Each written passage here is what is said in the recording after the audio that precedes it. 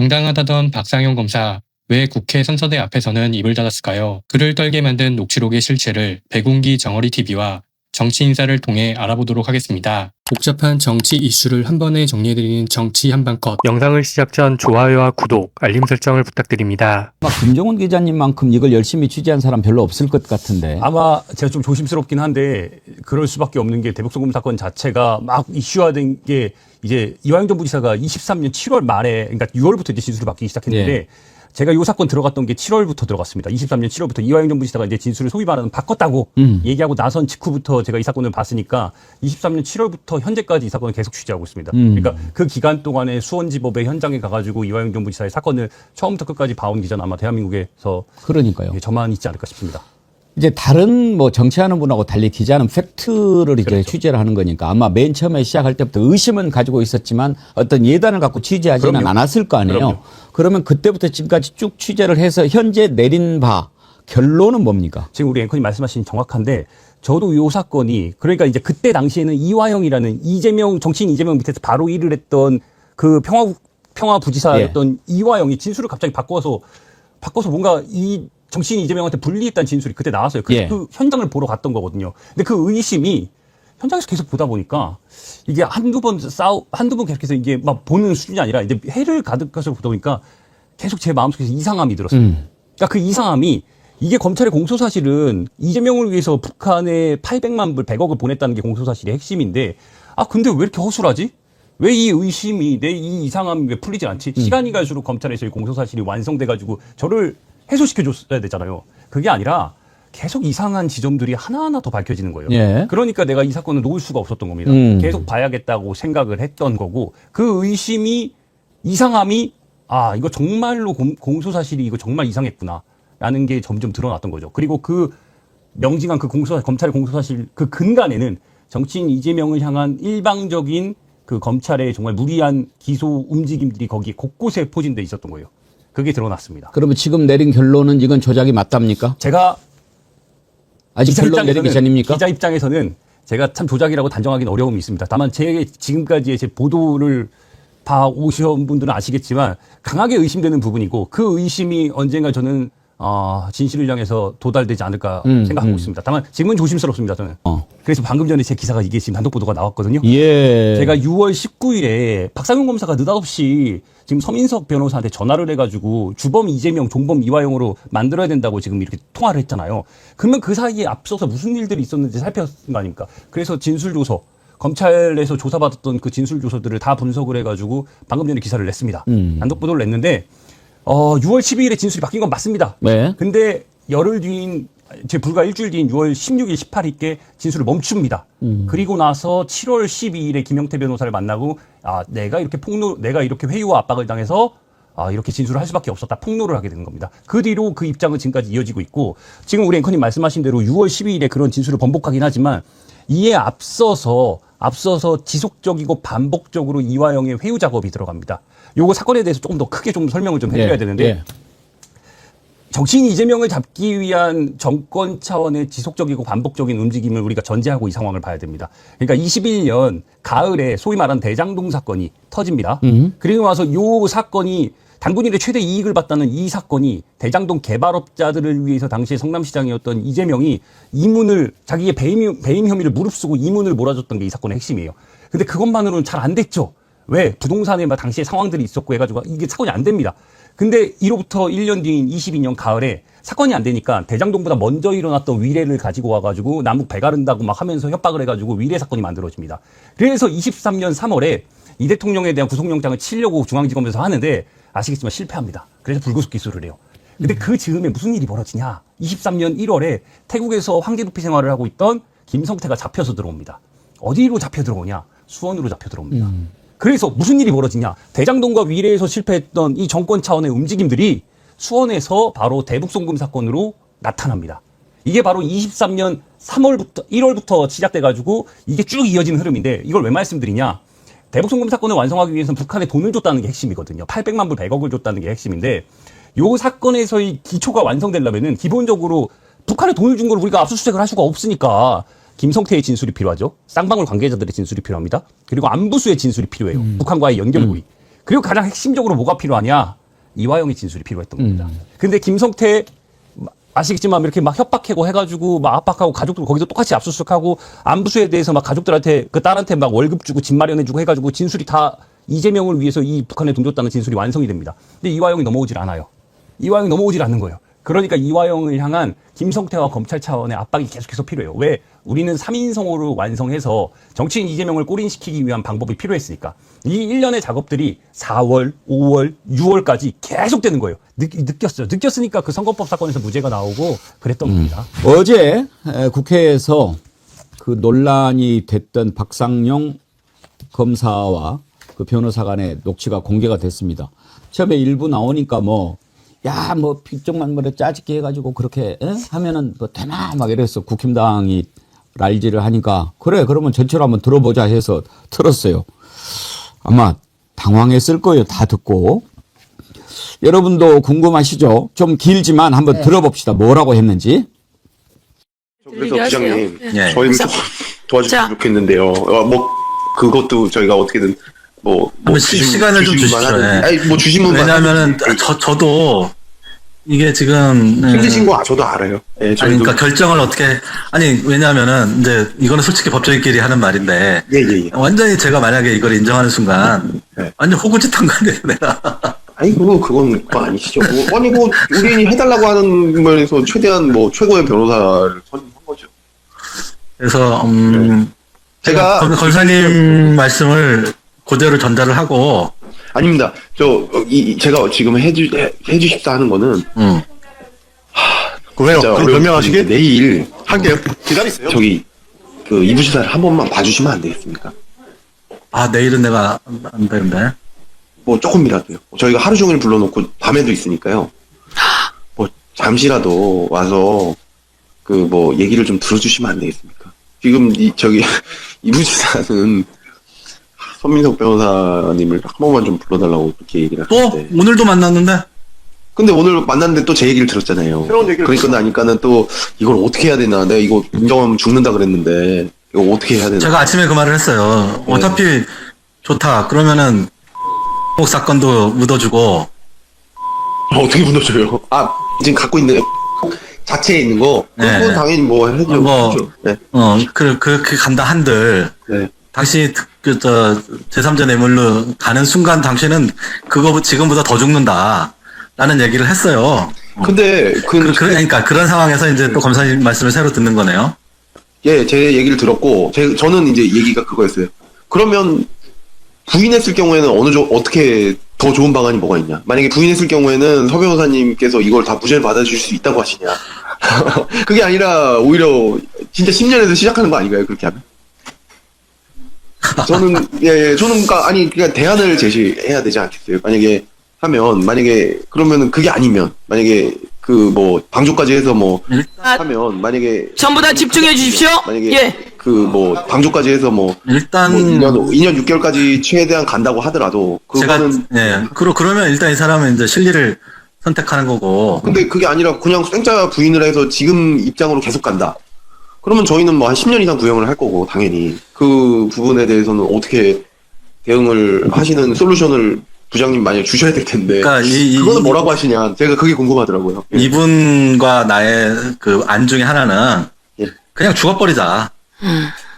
죽으면 나중에 기다리자. 알아서 살려주지 않겠냐? 예. 그거는 정말 제가 볼 때는 아닌 것 같아요. 저 어떻게 될지 모르는데.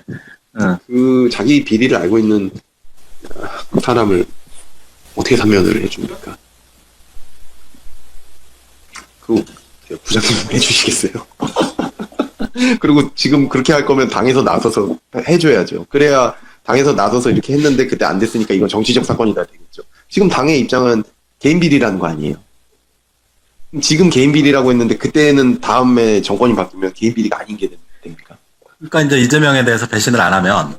그러면 그걸 약속을 거기 받으셔야죠. 그거 받아주셔야죠. 그걸 없이 어떻게 그냥 막연히 하듯이 그렇게 할 수 있어요. 그거는 그거는 제가 그냥 일반적인 관계에서 말씀을 드리는데 제가 만약에 변호인이라면 그러면 그 약조를 받아라. 그러고 나서 부의를 해라. 그래야지 그거를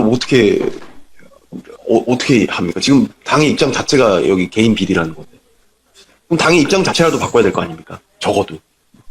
근데 그것도 아니고 이것도 아니고 그냥 이화영 혼자 한 건데 그거에 대해서 뭐 좀 추앙을 해주는 뭔가라도 있든지. 한명숙 같이 그렇게 돼도 화면이 안 되는 판에 이거를 이화영 씨는 이재명 씨랑 그렇게 잘 아는 사이도 아닌데 그게 된다는 게 글쎄요. 그거는 모르겠습니다. 그건 선택이시니까 저는 뭐. 그러니까 뭐 이렇게 얼르고 공갈치고 이런 거는 검사스럽긴 한데 나중에 보면 뭐 당의 입장이 어떻고 막 이런 이야기를 하잖아요. 저 들으면서 저 도대체 저게 검사야 정치인이야 막 이런 생각이 들던데 오늘 변호사님 두 분 계시니까 일단 그것부터 한번 물어봅시다. 장미 변호사님. 네네. 검사하고 변호사하고 저렇게까지 원래 얘기를 합니까? 저희가 검사님들 전화를 받을 때가 있어요. 특히 어떤 때 받냐면 저희가 피해자 대리할 때. 이게 이재명에게 보고됐고 인식됐다라는 것만 나오면 특수부는 고를 하는 거예요. 특수수사는. 그 박상영 검사 요새 뭐 그런 얘기도 하더라고요. 본인 특수부 검사 아니라고. 그러니까 그 특수부냐 아니냐의 문제가 아니라 이게 특수수사의 어떤 관행에서 전형적인 사건을 보여주는 거예요. 그러니까 예를 들면 말씀하신 정치검찰이 정적을 제거하기 위해서 그 단 하나의 어떤 사람을 꼬린시키기 위해서 뭐 그 과정에서 드리블을 하던 패스를 하던 페이크를 쓰던 이거는 검사 입장에서는 중요하지 않아요. 왜? 기소를 우리가 다 하는데. 그러니까 이게 전형적으로 그동안 검찰 개혁을 왜 해야 되지? 나 검찰 한 번도 만나본 적 없는데? 나 검사랑 한 번도 대면해 본 적 없는데? 대다수의 사람들이 생각했던 거에서 어떤 검찰들이 수사를 이렇게 한다. 이거를 딱 전형적으로 지금 보여주고 있는 장면이죠. 저는 박상영 검사가 왜 방송에 나오는지를 정확하게 알 수 있을 것 같아요. 알 수 있을 것 같아요. 하고 싶은 말은 사실 자기 변명이 안 되는 사건입니다. 근데 중요한 거는 저는 상부에 보고했습니다. 그 이야기를 방송을 통해서 이야기를 하고 싶은 거죠. 상부에 보고 내가 맞아요. 이 판을 짰다고? 내가 나 부부장인데. 혼자? 말도 안 되지. 그 얘기를 하고 싶었다. 그 얘기, 메시지가 있는 거죠. 자기 변명은요, 사실상 따져볼 필요도 없어요. 말이 안 되는 거고요. 자기가 방송에 나와서 전할 목소리는 상부에 보고했다. 예. 근데 아무리 그래도 장미 변호사님 검사가 어떤 큰 수사해가지고 그거를 과시하기 위해서 방송에 나와서 인터뷰하고 그런 경우는 봤어도 네네. 저렇게 자신한테 의혹이 불거졌을 때 막 방송에 나가서 이렇게 하는 건 난 처음 본 것 같은데요. 조급하니까요. 지금 이거라도 안 날 도리가 없다고 생각하는 것 같아요. 자기를 보호해줄 사람은 자기한테 이런 그림을 짜준 상부잖아요. 자기는 거기에 하나의 말이라고 생각하면서 자기는 열심히 했을 뿐인데 누가 있겠어요 지금? 나를 보호해주지 않는다고? 야, 나만 죽을 순 없잖아. 이제 대놓고 하는 거죠. 그 박상영 얘기가 검사의 표현을 그렇죠. 빌자면 네. 주범이 아니라 내가 종범입니다. 사실은 주범이 있어요, 이 사건이. 박상용 검사 이야기를 좀 해보겠습니다. 쌍방울 대북송금 사건을 수사한 박상용 검사의 녹음이 최대 현안으로 떠올랐습니다. 엊그제 금요일에 조작기소 국조특위에 출석을 했는데 이제 국회 국정조사 증인 선서를 거부했습니다. 33명 가운데 유일하게 증언을 거부했는데 그리고는 이제 SNS에 본인의 소명서를 올렸어요. 어떻게 보셨어요? 저는 우리 그런 말 많이 하잖아요. 그 휴대폰도 포렌식 할 테니까 비밀번호 주라. 안 주면 범인입니다.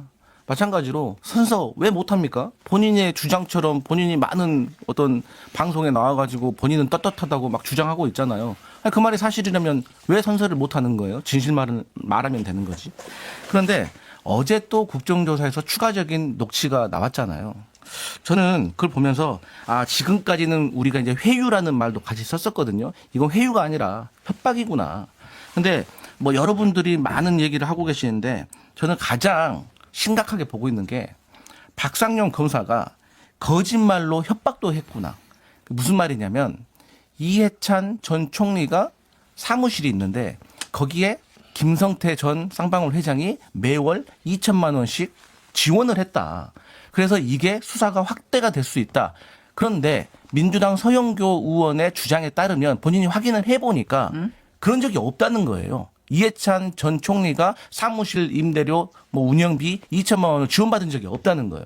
그러면 이거는 안에 갇혀있는 이화영에게 거짓말로 협박을 하는 거거든요.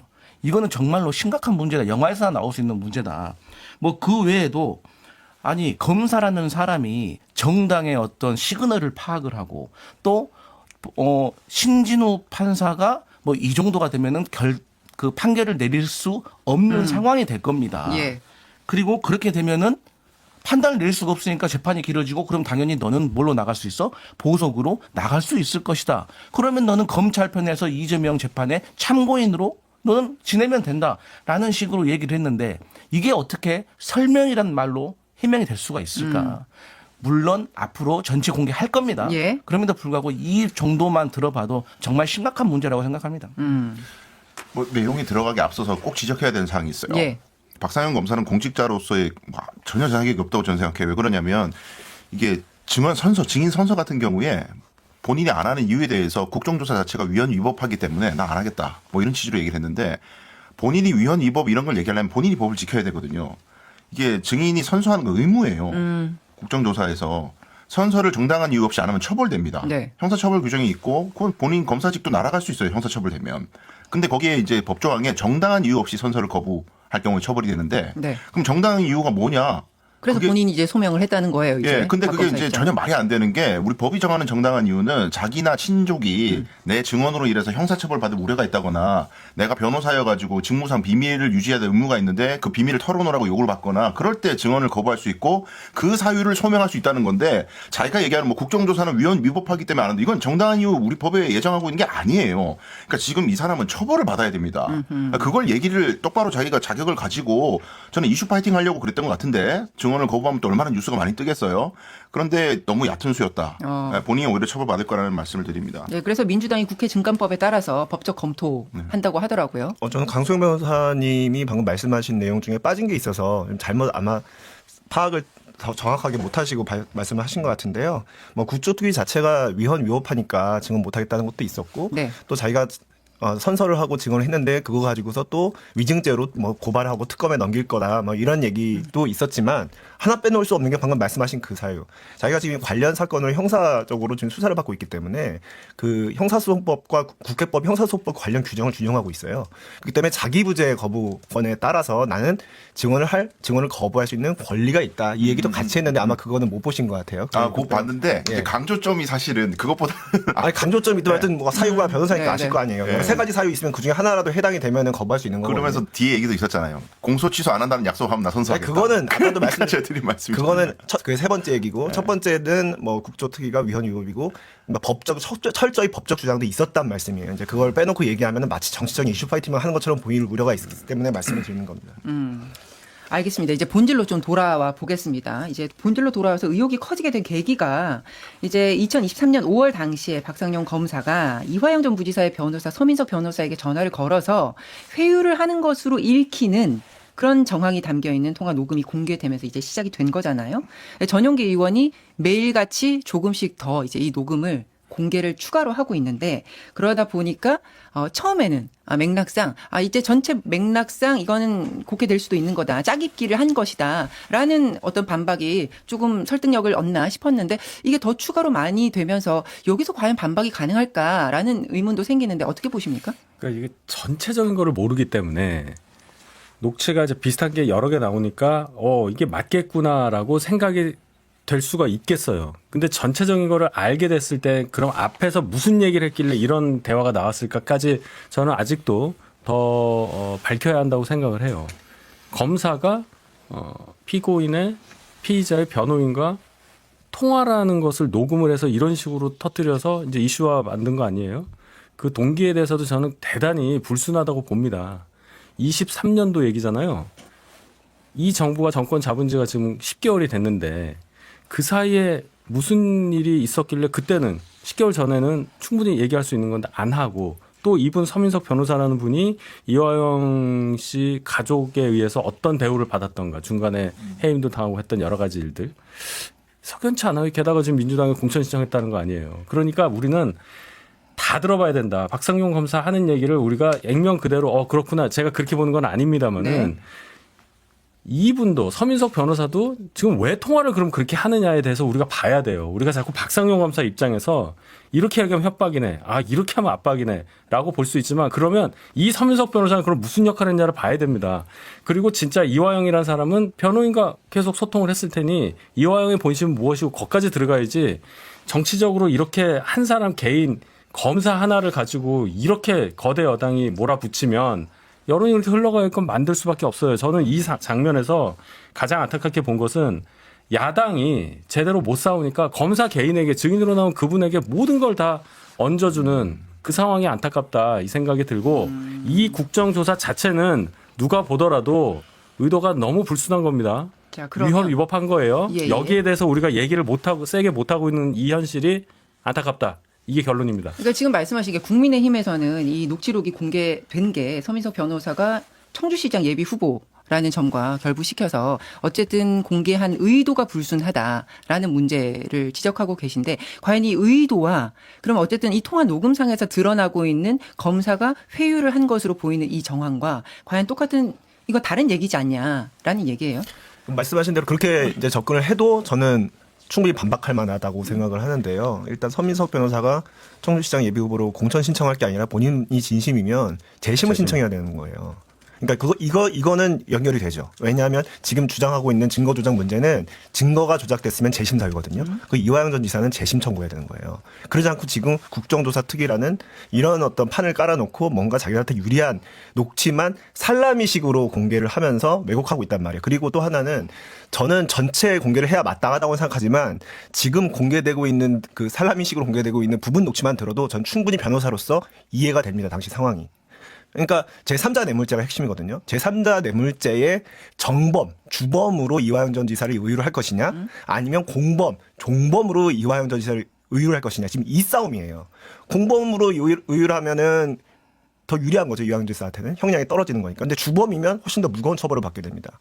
그러니까 이화영 전 지사 변호인 측에서는 당연히 공범, 종범 쪽으로 가고 싶었던 거고 그러면 검사 입장에서는 당신이 정말 종범이고 방조범이다.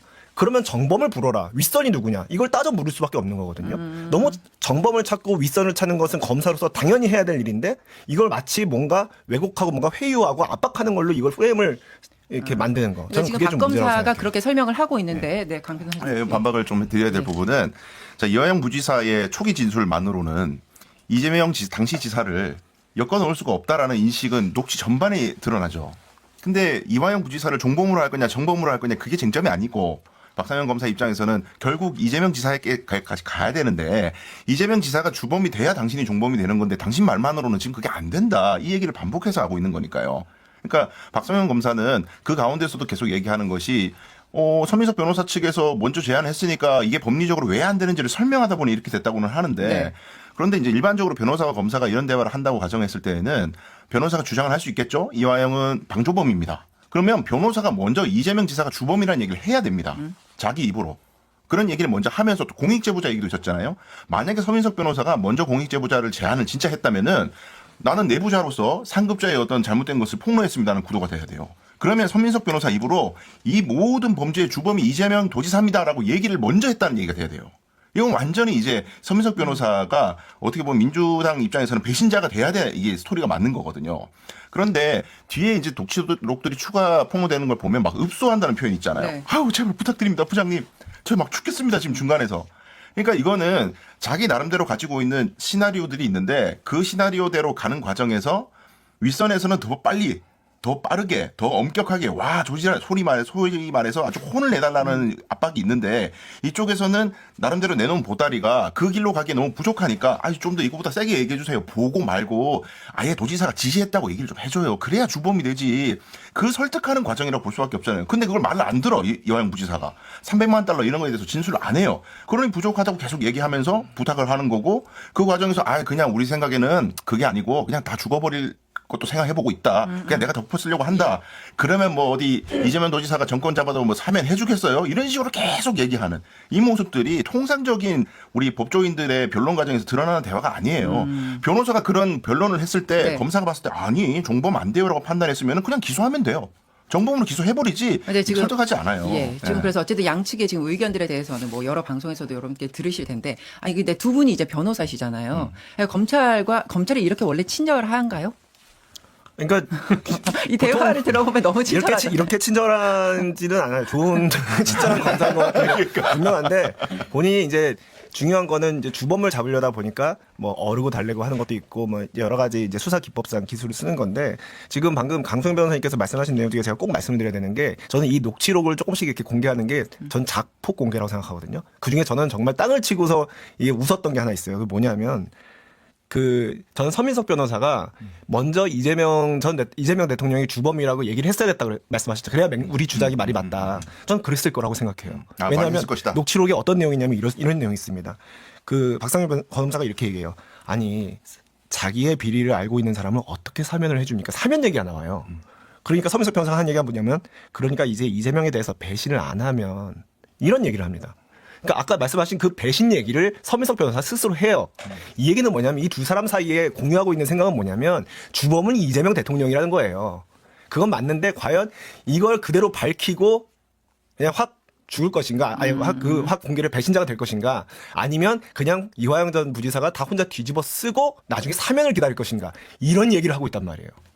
이런 녹취록 저는 이건 완전히 스스로한테 민주당한테 그러니까 자폭 지금 공개거든요. 이런 말씀을 들어보면 어쨌든 앞으로 더 추가로 공개될 숱한 녹음본들이 있다고 하니까 그게 퍼즐처럼 맞춰지면 맥락을 좀 이해하게 될 텐데 지금 아까 강 변호사님 말씀은 그래서 결국에는 박상용 검사 그 뒷단이 있을 것이다. 이제 이런 얘기들이 나오는 거잖아요. 그래서 이종석 국정원장이 국회에 나와서 윤석열 정부 때 국정원이 쌍방울 대북송금 사건 수사에 부당하게 개입했다라는 주장을 이제 금요일에 밝혔잖아요. 그러니까 결국에는 이제 이 부분은 특조를 떠나서 수사까지 가게 될 것이다. 이렇게 보세요. 당연히 가야죠. 근데 지금 이제 이게 너무 녹취록 자체는 딥한 얘기라고 하기 때문에 사실 맥락을 이 시청자분들께서 이해하기 어려울 수 있는데 아주 간단한 겁니다. 쉽게 말해서 박상용 검사와 그 위에 고위직 검사들이 누구의 청탁을 받던지 정치적인 이유로 이재명에게 불리한 증언을 계속해서 이화영에게 강요, 협박을 하고 있는 거고 그 증거로서 제가 몇 가지 말씀드리면 법화 문제는 중요하지 않다. 이거는 이화영이 법화 문제로 법화를 잘못된 사용을 했기 때문에 처벌을 받아야 되는데 너 이재명이가 주범이라고 협조해주면 내가 이거 다 묻어줄게. 이런 내용이고 아니 무슨 검사가 증거를 가지고 증명을 하면 되지 이재명과 이화영이 친한해 만해 당에서 지금 기조가 이화영의 개인 범죄로 가고 있지 너를 보호해주지 않네 이런 정치적인 해석까지 검사가 할 필요가 있었는가에 대해서는 이미 국민들이 저는 평가할 거라고 생각하고 어제 이종석 국정원장이 얘기했던 것 중에서 저는 귀에 확 들어왔던 게 일단 윤석열 정부에서 공직기강 비서관실이 대북 송군 사건과 관련해가지고 유리한 이재명에게 불리한 자료는 숨기고 본인들 수원지검에서 이재명이 범인이라고 소명하기 유리한 자료는 뭐 보내주고 이랬다는 거 아니에요? 그러면 우리가 공직기관 비서관실의 업무가 뭔지를 봐야 되는데 세 가지입니다. 하나는 인사검증이고 하나는 공직감찰이고 하나는 대통령 친인척에 대해서 감찰하는 거예요. 수원지검에 무슨 대통령 뭐 친인척이 있습니까? 뭐 수원지검에 잘못된 인사가 있었습니까? 왜 그것을 이시원 공직기관 비서관이 나서가지고 이런 일을 하죠? 이것은 윤석열 전 대통령이 자신의 정적인 이재명을 제거하고 싶은데 본인 말 잘 듣는 친윤검사, 공직기관 비서관, 이시원 비서관을 그냥 이용한 겁니다. 그게 저는 드러났다고 봐요. 그건 그거고요. 지금 얘기하는 거는 녹취록 관련한 이 공방의 진실이 뭔가를 얘기하다가 네. 또 나온 얘기잖아요. 지금 유자 변호사 말씀하셨지만 제가 두 변호사분 계셔서 말을 좀 줄였는데 핵심은 그거잖아요. 회유한 거냐 공통된 생각을 공유하는 과정에서 서로 협의 과정을 녹음한 거는 이 두 개예요. 제가 볼 때는. 근데 지금 유자 변호사 말씀하셨듯이 이재명 대통령이 거의 주범에 가까운 뭔가를 알고 있거나 뭔가 협의를 했거나 이런 사실에 대해서 둘이 긍정하고 있다는 전자에서 나온 대화들이 나오잖아요. 그러면 우리는 이 시점에서 모르니까 다 공개해놓고 얘기를 해야 돼요. 지금 여기서 이거는 윤 대통령이 일부러 정적을 제거하기 위해서 이런 거 하는 거는 기초가 서로 공유하는 어떤 그게 없기 때문에 기초에 대해서 그 뒤에 얘기들은 제가 긍정을 할 수가 없어요. 이게 완벽하게 된 다음에 우리가 얘기를 해야 되는데 이거 안 하고 이건 그냥 그런 겁니다. 그냥 그러고 딱 박상용 회유한 겁니다. 딱 하고 가니까 대화를 할 수가 없어요. 저는 이거 다 공개하고 서민석이라는 변호사가 도대체 무슨 역할을 했느냐. 저는 그게 훨씬 더 중요하다고 봐요. 근데 제가 방금 말씀드린 국정원 이야기하고 그 녹취록하고는 좀 별개의 이야기예요. 그러니까 별개니까. 예. 예, 근데 이제 예. 자꾸 이제 국민의힘에서 이 서민석 변호사가 그동안 당신 왜 감추고 있다가 내놓지도 않다가 이제 민주당 후보로 출마하려고 하니까 너 공천 받으려고 너 이러는 거 아니야라고 얘기를 하시잖아요. 저는 야당에서 충분히 그 정도는 지적할 수가 있다고 생각하고 저도 개인적으로는 서민석 변호사가 출마 안 했으면 좋겠습니다. 스스로. 이런 오해를 받지 않기 위해서. 그럼에도 불구하고 변하지 않는 사실은 뭐냐면 서민석 변호사의 의도가 불순했다고 해서 사실이 거짓이 되거나 서민석 변호사의 의도가 순수하다고 해서 뭐 사실이 거짓이 되거나 그런 문제는 아니에요. 서민석 변호사가 출마를 하든 안 하든 그 녹취록은 변하지 않는 사실인 저는 거예요. 불순하게 공개했다고 보는 거예요. 다 알겠습니다. 공개하지 않은 예. 것에 대해서. 알겠습니다. 지금 그래서 민주당에서는 이 녹음본을 한꺼번에 공개하지 않는 이유는 굳이 검사 측에 이걸 맞대응할 수 있는 시나리오 구조를 풀로 갖게끔 할 이유가 없다라는 논리예요. 맞아요. 예, 그래서 그걸 그냥 차근차근 이 상황을 봐가면서 어떻게 나오는지 봐가면서 우리가 이걸 풀겠다는 건데. 그러니까 하나하나의 변명에 대해서 나중에 전체 공개를 쫙 해가지고 다 모든 게 거짓말이었다는 걸 탄핵을 하기 위해서 이제 전략적으로 이러는 거지. 만약에 민주당에서 우리 끝까지 전체 공개 안 할 거야라고 말을 했다고 하면 저는 국민의힘에서 왜 전체 공개도 안 하고 부분적으로 하냐, 정치적인 의도가 있는 거 아니냐라는 주장이 일리가 있는데. 그러면 우리 전체 공개할 국민들은 겁니다. 그 전체 공개 언제 들을 수 있어요? 좀 국정조사가 끝나기 전에 될 거라고 봅니다. 네. 근데 그 부분은 박상용 검사가 너무 반응을 즉각적으로 하잖아요. 하나 나오면 확 반응하고 하나 나오면 확 반응하고 글도 자주 쓰고 방송도 자주 하니까 민주당 입장에서는 살라미식 전술을 행사하기에 아주 좋은 토양이에요, 이게. 반응을 바로 해버리면 예, 예. 그거에 맞춰가지고 또 반대되는 내용을 또 녹취록 싹 풀고 이렇게 되는 거거든요, 구도가. 그리고 검찰 지금 내부 분위기도 좀 이례적으로 되게 조용하죠. 검찰 조용한 지 오래됐죠. 이것 때문에 뭐 거의 그런 박상용 겁니까? 검사 버린 것 같은데. 검찰이 지금 어디 있어요, 솔직히 얘기해서. 저는 사실 박상용 검사가 저러는 거는 예. 사실 본인에게 그 당시에 부당하게 이렇게 지시를 내렸던 고위직들에게 저는 경고하는 거라고 봐요. 저는 뭐 그러지 않고 거기까지 가요. 내가 다 알고 있는데 나도 나만 카드가 죽을 수 있어? 없어. 그건 너무 소설이죠. 소설인가요? 예. 네, 한번 해봤습니다.